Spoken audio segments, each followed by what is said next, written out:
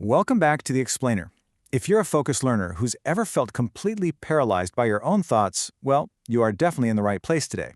We're going to solve a 60-year-old psychological mystery. We all know our thoughts can make us miserable, but today, we're literally popping the hood to uncover the exact hidden gears in your brain making that happen. So, let's jump right in with a super straightforward question. Why do musts make us so miserable? Seriously, think about your own internal monologue for a second. Think about the last time you told yourself, I absolutely must get this right, or I never fail, or maybe they must treat me fairly. Have you ever noticed how demanding that kind of perfection or certainty, using absolutistic words like must or never, invariably leads to this intense, gripping anxiety? We're not talking about a mild discomfort here, right? It's a profound distress. So why does that specific vocabulary trigger such a massive emotional payload? To really get this, we gotta look back to the 1950s. Enter Albert Ellis and his foundational Rational Emotive Behavior Therapy. You probably know it as REBT. Ellis completely revolutionized psychotherapy with a surprisingly simple yet unbelievably powerful distinction. He drew a really stark contrast between rational beliefs, which are basically healthy, flexible preferences, and irrational beliefs, which are these absolutistic, rigid demands. Think about it. If you prefer to succeed and you fail, you feel a healthy disappointment. Makes perfect sense.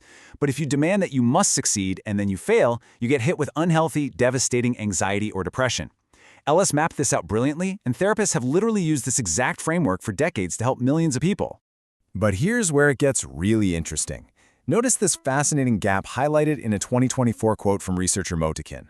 Look, clinical research absolutely proves that REBT works. We know for sure that absolutistic demands cause pain. But, and this is a massive but, the specific causal mechanisms, they've remained underexplored.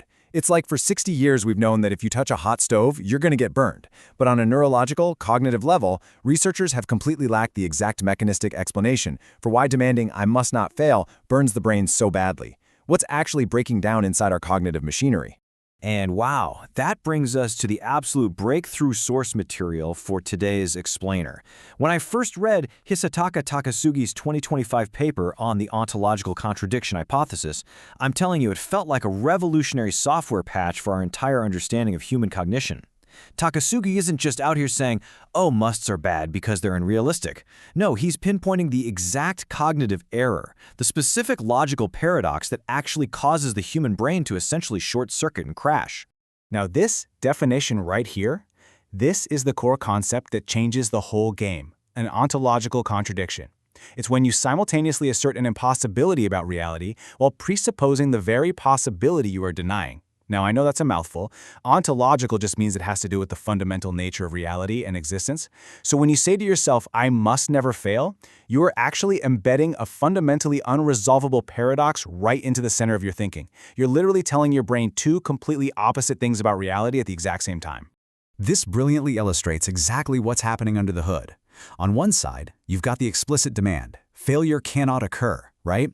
But on the other side, just by making that demand, you have the implicit recognition, failure could occur. I mean, if failure wasn't a real possibility, you wouldn't even need to make the demand in the first place. You don't walk around demanding that gravity must not suddenly reverse today because it's not a possibility you're actually worried about. Think of this exactly like a computer crash. You're asking your brain to run mutually exclusive code. You just can't simultaneously process that failure is a real threat while aggressively demanding that it's an absolute impossibility. Your brain just completely freezes up. So let's look at how this builds. Because this contradiction, it doesn't just happen in a vacuum. It actually haunts us across time.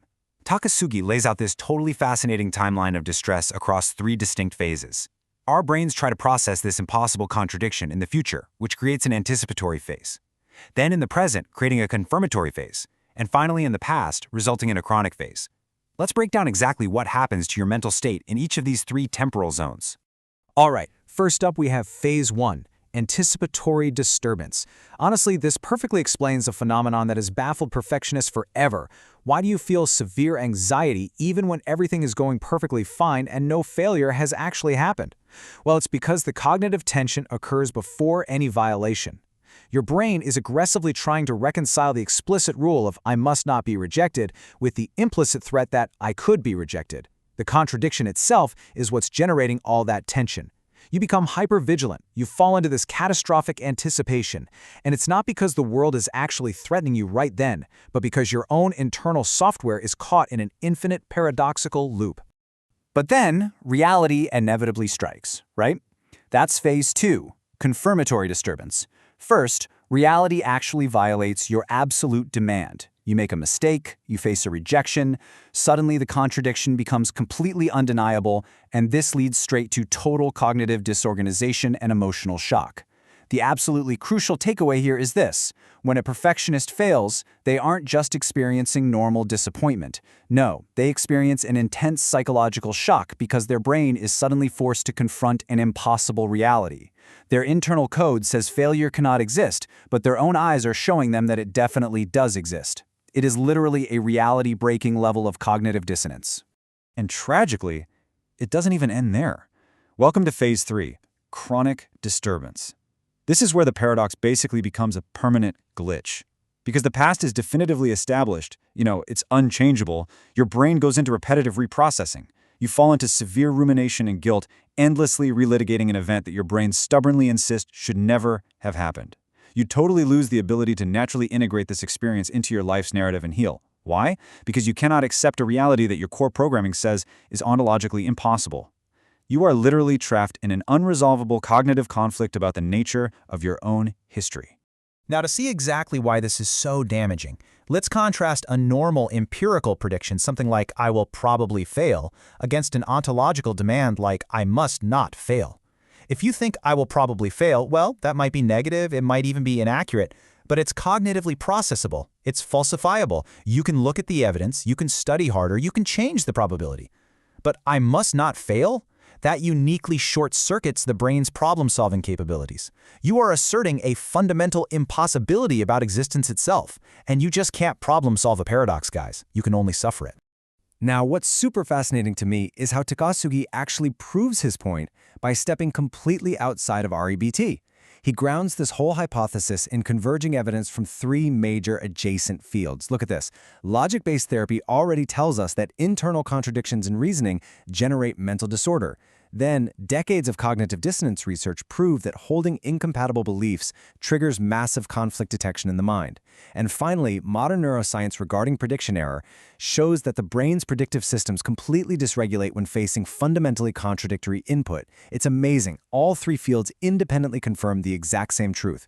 Contradictory mental states universally generate psychological distress. Taking it a step further into the neuroscience, we see profound neural distress. Our human brain is, at its core, a prediction machine. It is constantly trying to guess what's going to happen next just to keep us safe. But the brain absolutely cannot form coherent predictions when the underlying mental model asserts that certain possible events simply cannot occur. When you force your brain to predict the future based on impossible premises, you're continuously activating distress-related neural systems, things like the anterior cingulate cortex. You're not just stressed, you are literally physically exhausting your brain's conflict monitoring hardware. Okay, so how do we fix this? What's the actual clinical resolution here? Well, Takasugi highlights the precise mechanism that basically debugs the whole mental system. He notes, when clients shift from "I must not fail" to "I prefer not to fail," they eliminate the contradictory propositions that generate cognitive tension. Now, I know it seems like a really simple word change, but mechanically, it is absolutely profound.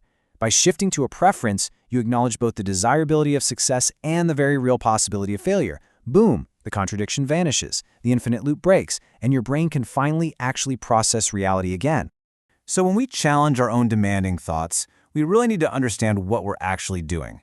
Disputation is contradiction dissolution. We aren't just out here engaging in fluffy, positive thinking, and we're not just looking for cute alternative perspectives. No, we are actively dissolving impossible constraints on reality. We are going straight into our brain's source code and deleting the paradoxes that are eating up all of our cognitive RAM. And that frees up our mental resources to actually go out and live our lives. I want to leave you with a question to take into the rest of your week as we wrap up today's explainer. I want you to really think about the areas in your life causing you the most stress and anxiety right now. What impossible must are you forcing your brain to process? And more importantly, what would happen? Like, how much immense mental relief would you actually experience if you allowed yourself to simply prefer it instead? I highly encourage you to examine those rigid demands, debug your internal software, and experience the incredible freedom of finally letting those contradictions go. Thanks so much for joining me on The Explainer today, and as always, keep learning.